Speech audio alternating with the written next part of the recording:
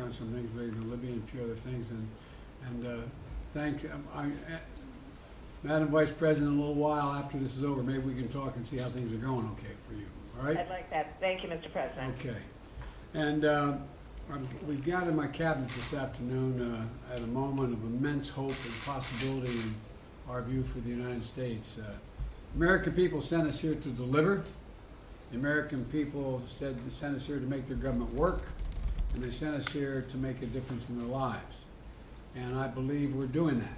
I believe that's just what we're doing. On Monday, I look forward to signing into law the Infrastructure Act, the Investment and Jobs Act, which we'll do outside, God willing, of the weather holding. And it's you know, it was a lot of hard work to get it done. I know it's probably hard work for all the press here to watch me try to get it done. But I want to thank them for acknowledging that this was a bipartisan bill, there's bipartisan support, and proving we can still come together. It's hard, but we can still come together to get something big done for the American people. And the bill represents critical investments that are long overdue in our country.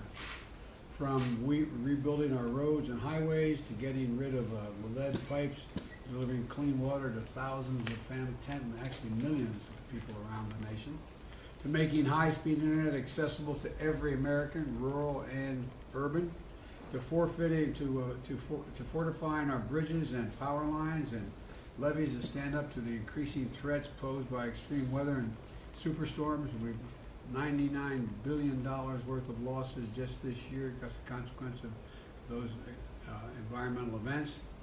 To fortifying our bridges, our power lines, as I said, and our levees, but also to one of our biggest responsibilities to make sure all the money is used efficiently and effectively. And I have a lot of experience in doing that. When I was vice president, I was given the responsibility of overseeing, as my now running the vets department, but as my former chief of staff of was saying here, Dennis can tell you, of implementing the Recovery Act, which is nearly $9 billion in stimulus package, $900 billion stimulus package. And in the process, I'm proud to say we're able to, the president gave me the authority, which I will be signing as well, to use whatever assets the federal government had, any personnel in the federal government, and we put together a good team, because when we finished implementing the Recovery Act, it was determined that it had less than 0.2% waste or fraud, period. That's how I became known. The president started calling me Sheriff Joe, but from President Obama at the time. Because I made it a point every day to stay on top of how exactly the money was spent, what projects were being built, what projects were not being built, and how it was functioning. And it was one of the most efficient implementations of a major program in modern American history.